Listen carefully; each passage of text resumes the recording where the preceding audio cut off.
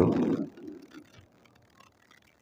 Alhamdulillah rabbil alamin. Wa bihi nasta'inu ala umuri dunya waddin. Allahumma shalli ala sayyidina Muhammadin sayyidil anbiya'i wal mursalin wa ala alihi wa ashabihi ajma'in, amma ba'd. Segenap puji beserta syukur kita persembahkan kehadirat Allah Subhanahu wa taala. Selawat dan salam keharibaan junjungan kita Nabi besar Muhammad sallallahu alaihi wasallam pada keluarga dan sahabatnya sekalian. Ibu-ibu, bapak-bapak, guru-guru kami sidang majelis ilmu yang dimuliakan Allah Subhanahu wa taala.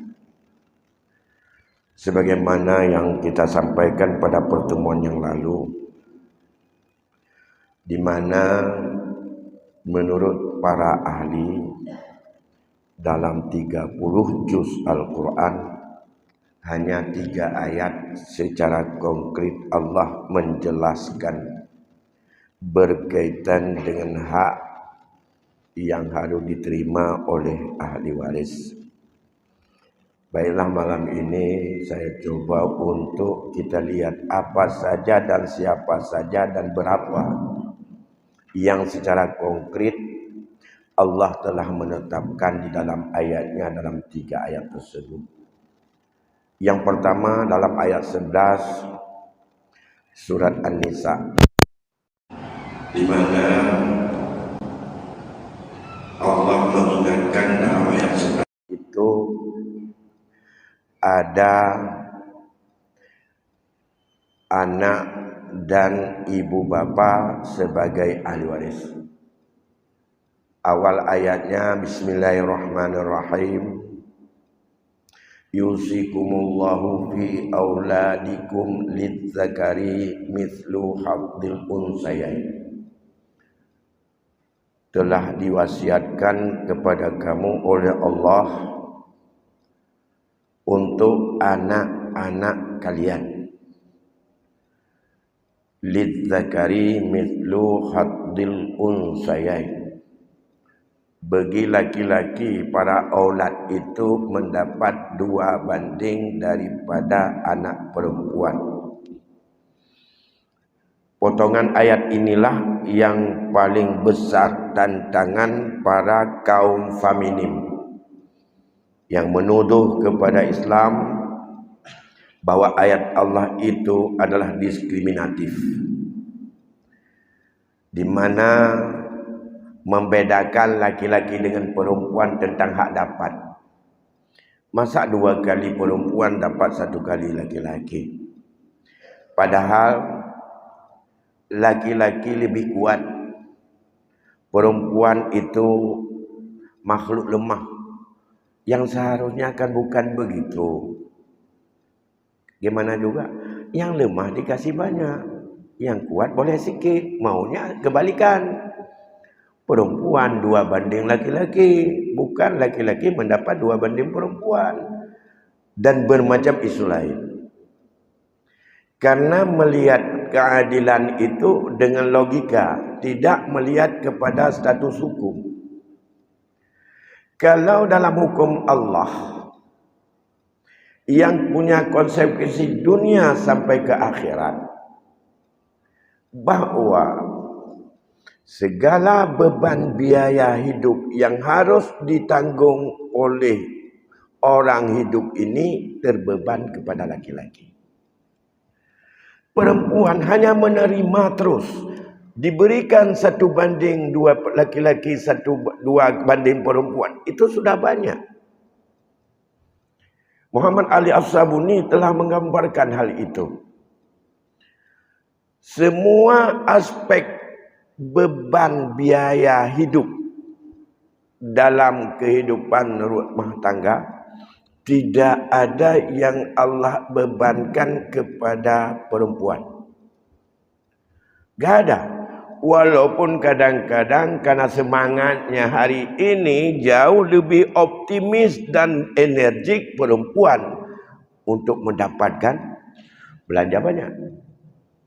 Kalau mau kahwin, laki-laki bawa mahar, perempuan terima.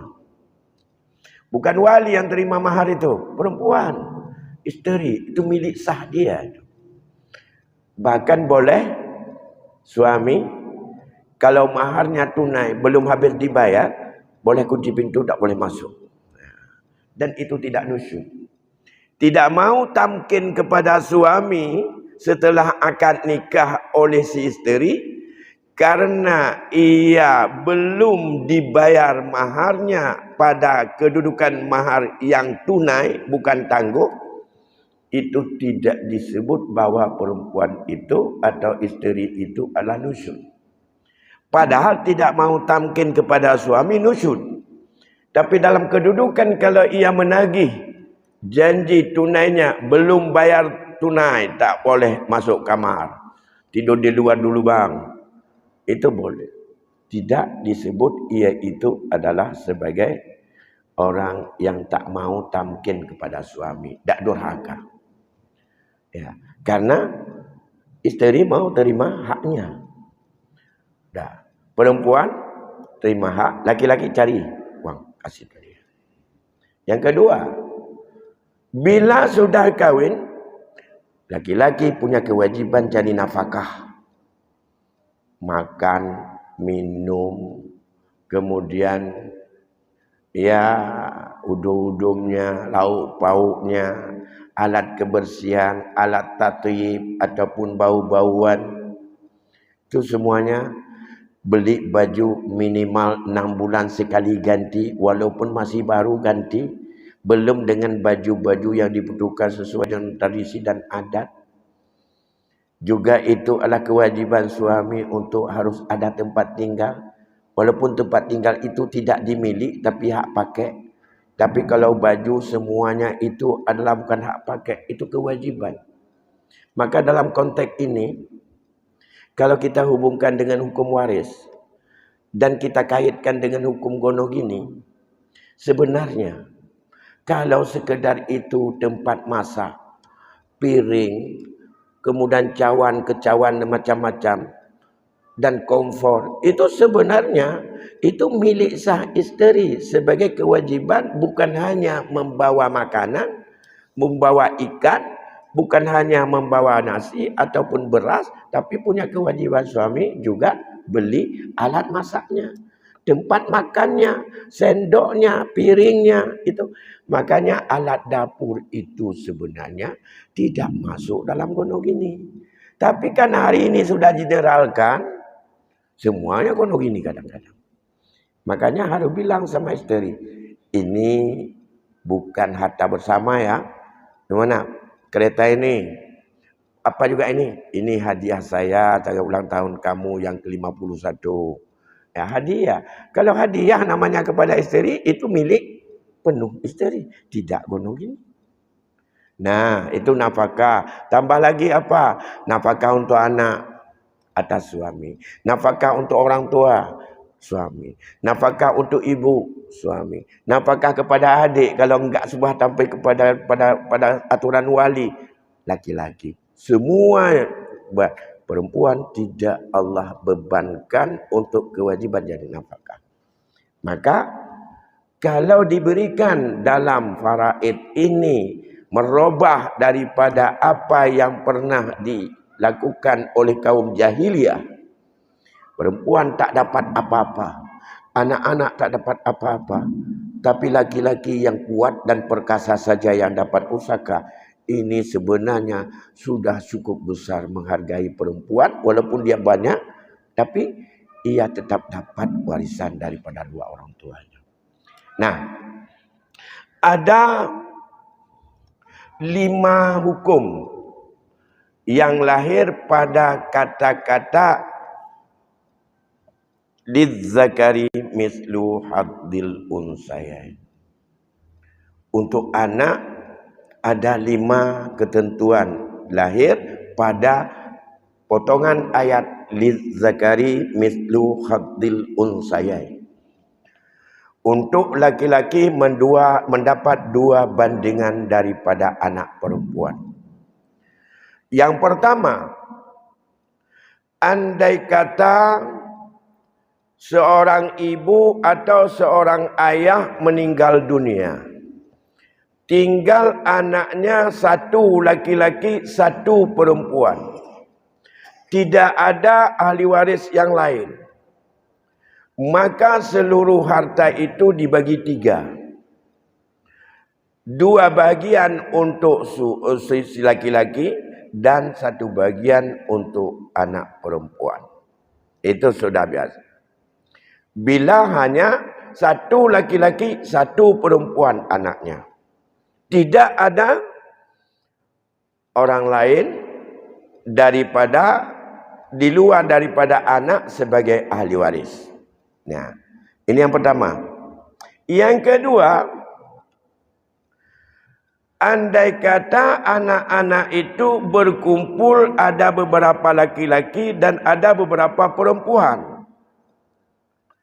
Ini bagiannya diperhitungkan kepala dari anak-anaknya. Misalnya, anak laki-laki 4, anak perempuan 4.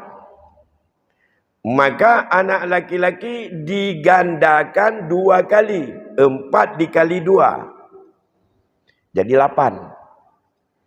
Bagiannya bukan anaknya jadi 8. Anak tetap 8 dengan perempuan. Anak laki-laki untuk dibagikan harta itu.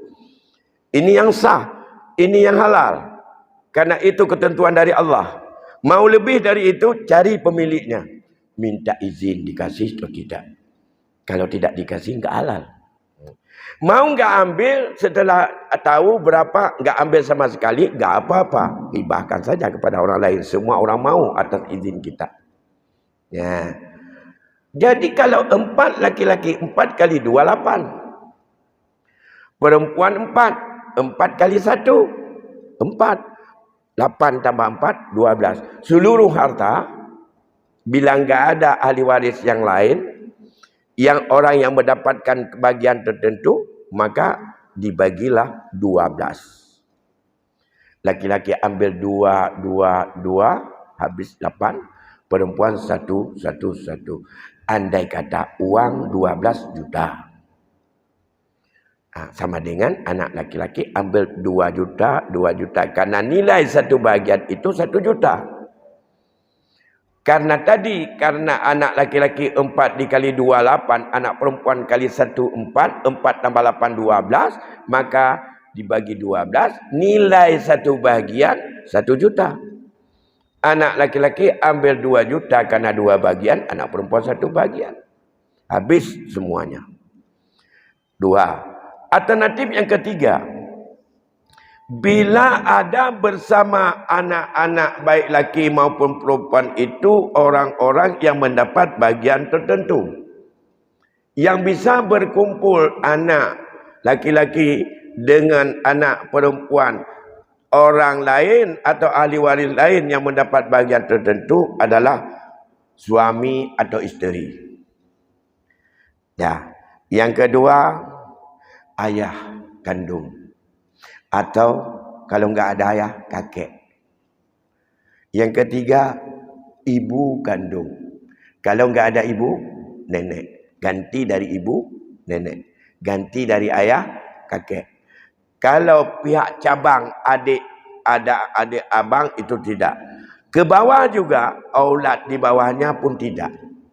Karena ada anak laki-laki. Maka cucu laki-laki dari anak laki-laki itu adalah terhalang. Sama dengan bagaimana cara membaginya? Maka kita berikan dulu kebahagiaan orang-orang yang mendapat bagian tertentu. Setelah itu baru dibagi kepada anak bandingan bagi laki-laki 2 banding perempuan. Tapi beri penuh dulu kepada orang yang mendapat bagian tertentu. Siapa yang mendapat bagian tertentu di situ? Tadi misalnya yang meninggalnya adalah ayah anak-anak. Yang ditinggalkan isteri. Karena awak meninggal aku, menton tinggal rumah. Kemudian ayahnya masih ada. Ayah si mayat, ibunya si mayat masih ada. Sama dengan Ambil dulu untuk isteri, ambil untuk ayah, ambil untuk ibu. Berapa tinggal sisa? Itulah yang dibagi 12. Sisa itu dibagi 12. Misalnya tadi uang 12 juta. Ini yang praktis-praktis saja saya ingatkan. Yang 12 juta. Dan ini yang halal. Agar kita menghindar jangan menjadi orang-orang yang maksiat dan mutaaddi dari ketentuan-ketentuan Allah. Wa man ya'sillah wa yata'adda hududahu yudkhilhu naran khalidan fiha wa azabun adzim. Itu muhim, itu sangat-sangat kita menghindar dan harus kita sangat waspada. Nah, kalau demikian hak isteri 1/8 kalau ada anak. Di mana terdapat dalam ayat 12. Walahunna sumunu in kana lakum walad. Untuk mereka isteri dapat 1/8 bila kamu punya anak, yang meninggal punya anak. Untuk bapak dan ibu, si mayat dapat 1/6 masing-masing. Kalau untuk isteri bukan masing-masing. Dia mendapatkan 1/8, satu isteri 1/8. 2 isteri 1/8. 4 isteri 1/8 juga. Karena walahunna kata Allah. Bagi mereka para isteri. Mendapatkan 1/8. Ingka nalakum walad. Jika kamu punya keturunan, punya anak. Sama dengan 1, 2, 3, 4 isteri. 1/8 bagi 4 mereka. Kalau 3, 1/8 bagi 3. Apakah isteri itu ada buku nikah atau tidak? Yang penting isteri saat ia meninggal itu adalah akad nikahnya sah. Walaupun tidak mendapat perlindungan negara.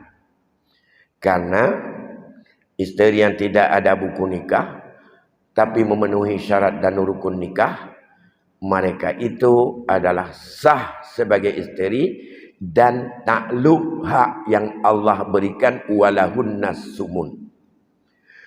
Bagi mereka pada isteri 1/8 masuk pada isteri ada buku nikah atau tidak ada buku nikah. Ya, oleh karena demikian maka tidak ada ketergantungan pada buku nikah itu terhadap sah tidaknya. Tapi isteri yang tidak sah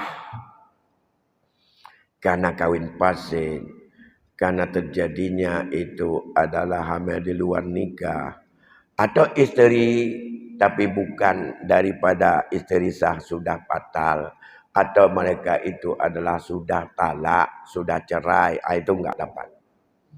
Jadi isteri yang sah maksimum 4.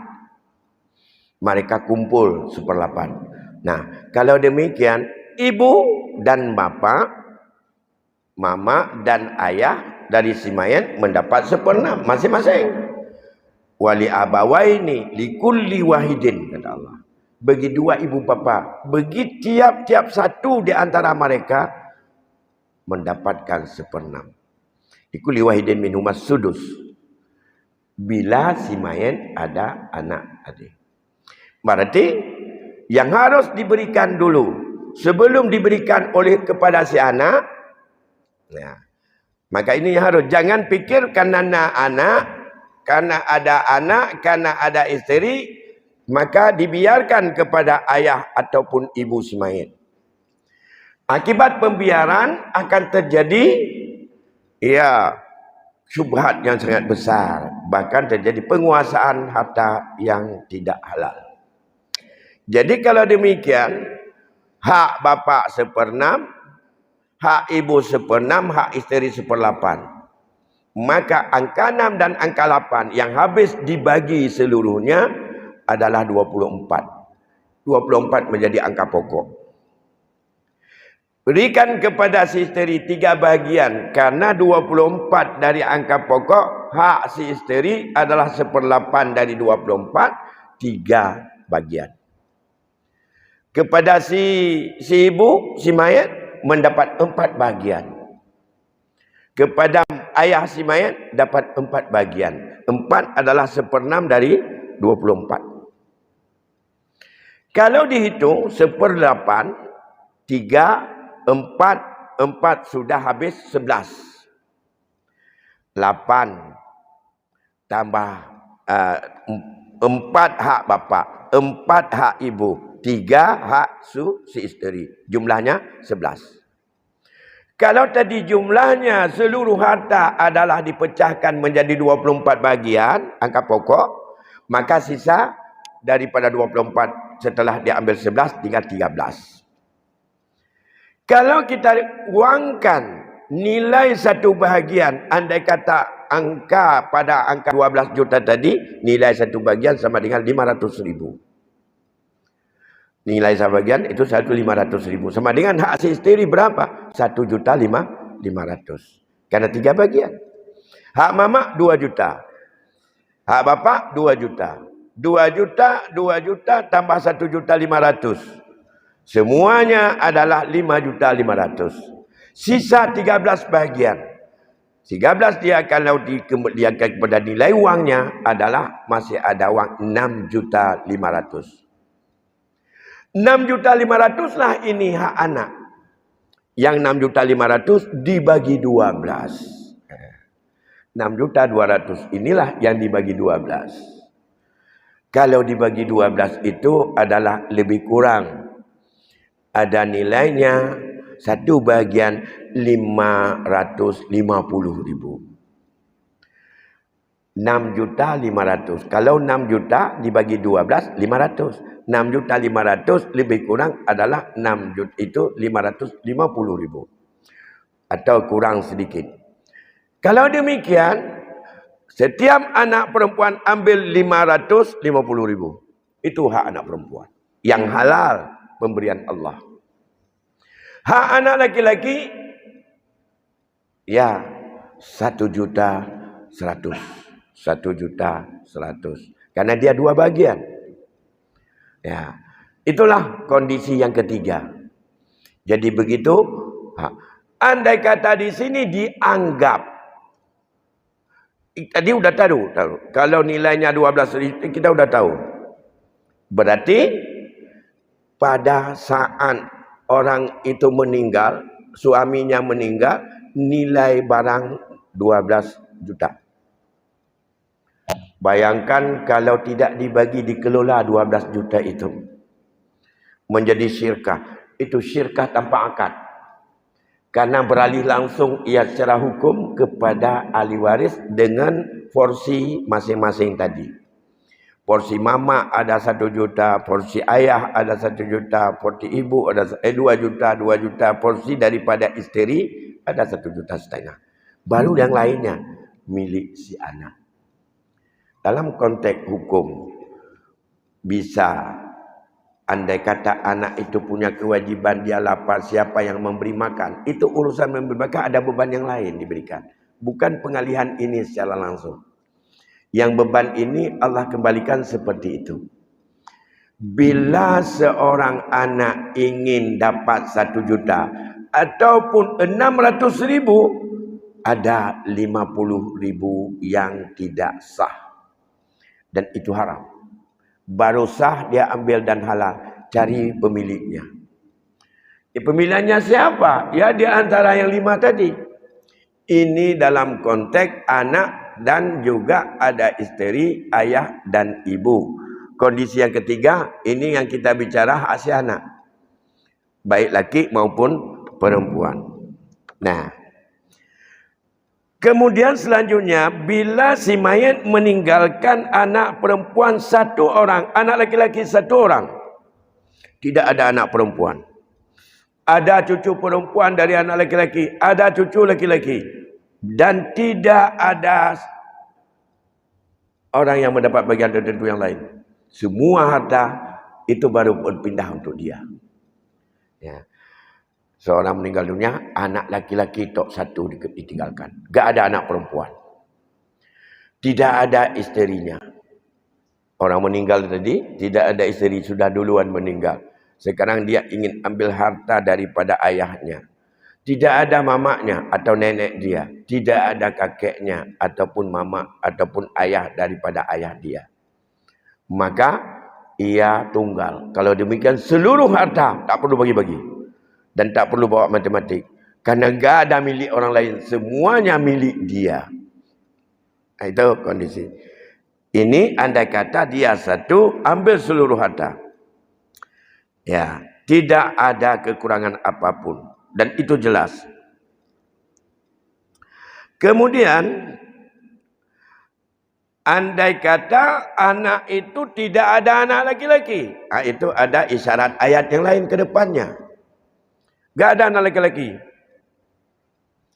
Bila tidak ada anak laki-laki, ada anak perempuan satu orang, maka hak dia bukan menghabiskan. Tidak ada sama sekali yang lain, gak apa-apa. Yang jelas ia tidak bisa mengambil habis anak perempuan. Bagaimana mengambilnya? Allah ingatkan, in kanat wahidatan falahan nisfu. Itu ayat yang ayat 11 juga di depannya. Bila anak perempuan satu orang, ia setengah. Lebihnya siapa ambil? Kita lihat nanti. Kalau enggak ada yang ambil, tidak ada, seluruh ahli waris tidak ada. Itu. Ambil dia hak warisan diberi Allah oleh setengah. Setengah lagi nanti ada jalan pengembalian sisa. Kalau tidak ada urutan 1 sampai habis ahli waris dah ada. Ambil juga untuk dia semuanya. Tapi dia bukan mengambil seluruh harta. Tapi dia mengambil setengah sebagai bagian. Dan mengambil setengah lagi sebagai jalan pengembalian sisa. Ini kalau satu. Bagaimana kalau 2 atau lebih? Ya. Ada 2 anak perempuan. Mungkin bahkan 4 anak perempuan. Laki-laki tidak ada. Tidak bisa menghabiskan juga. Hanya dia bisa menghabiskan maksimum 2/3 harta. Ia bergabung dengan orang-orang lain yang mendapatkan bagian tertentu. Tapi yang bisa menghabiskannya dengan anak laki-laki tadi. Ya. Maka kalau 1/2, kalau 2 atau lebih, ia adalah mendapatkan 2/3. Kalau tidak cukup, itulah nanti akan dicari dengan jalan aul yang akan terjadi. Ini kondisi yang keempat. Udah 4 hak anak. Jadi kita simpulkan. Kemudian yang terakhir. Bila ada anak laki-laki dari anak laki-laki. Mereka berdiri pada kedudukan anak laki-laki.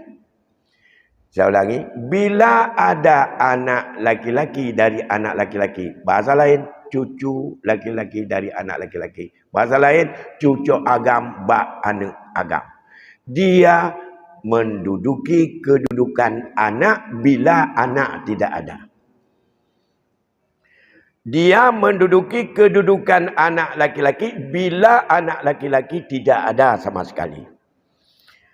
Bagaimana ada anak dari anak laki-laki padahal ia itu adalah tidak ada anak?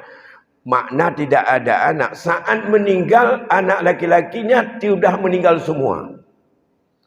Bukan tidak ada anak daripada secara keseluruhan. Yang tidak ada saat meninggal ayahnya. Anaknya sudah duluan meninggal semuanya.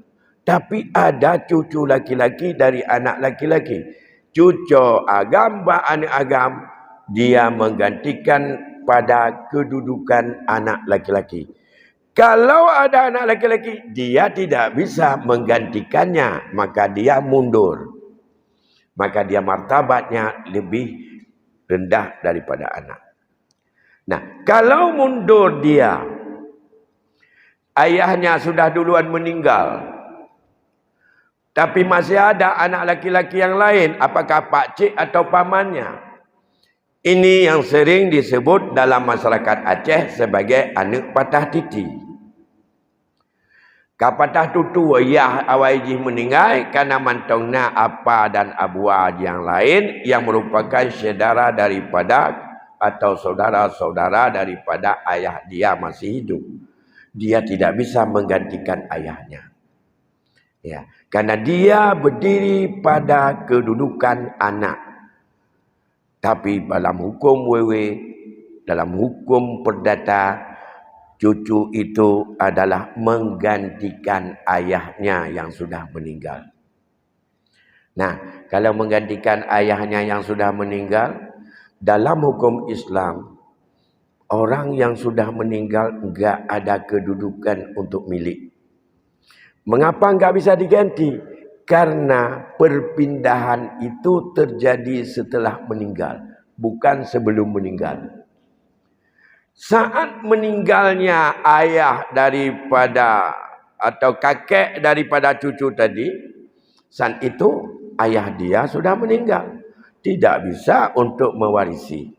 Tidak bisa untuk menguasai karena almarhum. Karena tidak bisa, ia pada martabat kedua sebagai aulad bila tidak ada anak laki-laki. Ini yang real dalam ayat. Hikmahnya apa? Kalau dia pada ayahnya meninggal, ia tidak mendapat lagi daripada harta dari kakeknya. Bukan tidak dapat harta ayah dia. Menyobak yahji yang cok mendung. Bahkan apa-apa aja namanya membunuh mendung. Ayah saat meninggal ayahnya. Seorang anak laki-laki meninggal dunia. Saat ia meninggal, seluruh harta kepada anak-anaknya itu. Karena saat ia meninggal ayahnya, dia sudah ada. Kalau dia belum ada, berarti bukan anak ayah. Anak orang lain yang datang. Ya. Karena dia itu harta dari ayahnya, mereka pemiliknya. Seperti kedudukan anak tadi. Kepada kakek dia. Nah, kemudian andai kata seorang anak yatim. Dan ia tidak mampu untuk hidup layak. Harus diberikan nafkah kepadanya.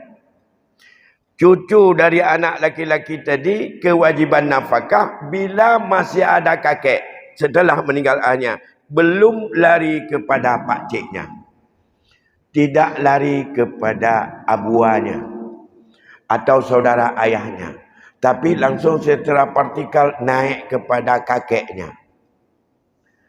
Kakek ayah daripada ayah dia. Sekarang ayahnya meninggal. Ayah daripada ayahnya meninggal. Kakeknya meninggal. Siapa yang bertanggung jawab? Nafkah dia, andai kata dia miskin. Berpindah kepada abang atau adik daripada ayahnya. Baru berpindah kepada saudara. Saudara yang menghalang dia, secara hukum syarak, dialah orang yang punya kewajiban memberi nafkah kepada anak-anak ini. Andai kata dia kecil, atau kalau dia lasa, atau cacat yang tidak bisa mencari rezeki, atau dia gila, harus untuk diobati dan diberi nafkah kepada dia. Atau dia sakit yang harus untuk diobati oleh dia. Kalau demikian pantas. Islam memberikan beban itu adalah hukum untuk memberikan nafkah. Baik untuk makan, untuk perubatan, atau untuk beli pakaian, untuk berobat dan segala macam. Kepada abang atau adik ayah dia bila kakek tidak ada, maka pantaslah kalau demikian harta itu beralih ke sana. Karena setelah mendapatkan mereka hak dan menghijab anak ini, bagaimana keadaan anak ini, memang tanggung jawab mereka. Untuk melihat, kalau dia mapan ekonomi, dia silakan hidup sendiri. Kalau dia tidak mapan ekonomi, merekalah sebagai penanggung jawab untuk memberi nafkah kepadanya dan menghormatinya, menyekolahkannya dan segala macam. Maka dari sisi ini, tidaklah aneh dan dengan kata patah titi. Yang kedua, andai kata menyangkut dengan masalah itu sangat krusial dengan kondisi keadaan keluarga yang ada. Karena kondisi kita, harta warisan itu tidak bagi-bagi. Dan ayahnya sangat kaya. Kemudian anak-anaknya mungkin tak sekaya ayah-ayahnya. Begitu ayahnya meninggal, otomatis dia tak bisa mendapatkan kekayaan daripada kakeknya. Maka dalam konteks ini, kakek bila sayang kepada si anak ini dalam keadaan menderita, jangan mengharap daripada pusaka beralih pada dia. Dia harus menempuh dua jalur. Tanya na cuca tu. Nana tu. Anak tepi kon getat akai. Kriat na, dege na, kueh pina. Anak tu. Olehnya na yang tayang tu. Olehnya jujur. Setia. Olehnya jika awal meninggal. Cuca-cuca ba anak dia ubebo mentong. Galam sabar pilih. Adanya anak tu yang dua abah tu yang tinggalnya memang menghun-hun. Cijelah. Ada menjadi tuba, ada ikan-ikan dosa, tuba cuca kadang. Atau anak kemun. Menyata tepeng lagi nyan bagi kita nyo sidra kakek. Dan duduk kita nyo kata mu cuca. Dan anak pun akan cuca kita nyo nyan yah jika meninggal. Sayang dia keji, baik tak harap bak ahli waris. Karena yang baik tak harap bak hukum perai. Menyadi kita nyo sayang dia keji, Allah geberi hak bak kita nyo. Gementau udip. Bertahap tajuk. Ya, menyota hibah termakut degatin kadang trip tak mati mentang. Tanya tengah tu menyota hibah tanah. Kalau tanah sawah ataupun tanah kebun kita hibah untuk dia, kita khawatir. Kekhawatiran kita nanti kalau saya miskin nanti saya mau ambil di mana? Tanah aku hibah kepada anak. Hibah boleh ambil balik kalau kita butuh. Untuk hibah ayah kepada anak. Tak apa-apa, hibah. Berikan sepenuhnya. Kalau nanti betul sebelum meninggal, cak je pulang. Nah, hibah long aku cak pulang, nyok aku pun lepeng aku nak apa belolomnya. Ilang ana lepo ku pejohnya ka hae ku jale. Ku fikir berakan pas pabrik jak jale ke mati. Dah, ambil pulang. Boleh dalam agama, maka dibolehkan dalam agama. Apa yang sudah dihibah kepada cucu ambil pulang kalau kita sudah miskin. Oh tidak selain itu, wasiatkan untuk dia. Sepertiga harta. Bawa, berikan wasiat untuk dia. Baik tapi wasiat kepada yang kagak wasiat Allah. Ni cucu, berikan wasiat kepada dia. Maka, kalau diwasiatkan kepada dia, dia maksimum boleh untuk sepertiga harta. Nah, yang terjadi kalkil hari ini, bila kita tidak wasiat. Kita tidak berwasiat. Dan tidak kita hibah. Ini yang susah untuk dicari solusi. Hukum ada. Bagaimana untuk anak ini supaya dapat? Ini harus dengan adanya undang-undang. Karena ada pendapat yang sering saya sampaikan bahwa menyangkut dengan wasiat al-wajibah.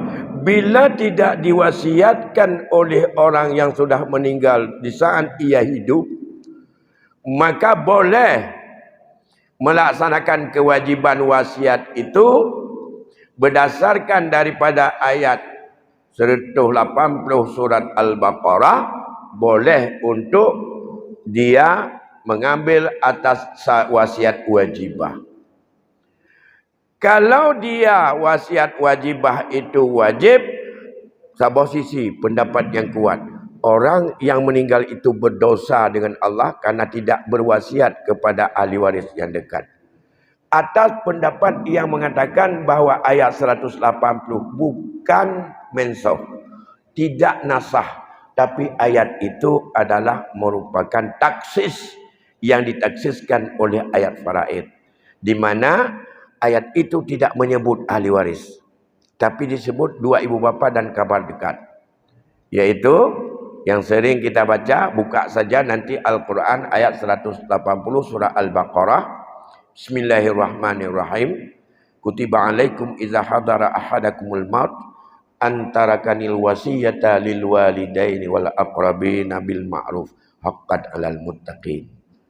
Jadi diwajibkan kepada kalian untuk meninggalkan wasiat kepada dua ibu bapa dan kaum kerabat.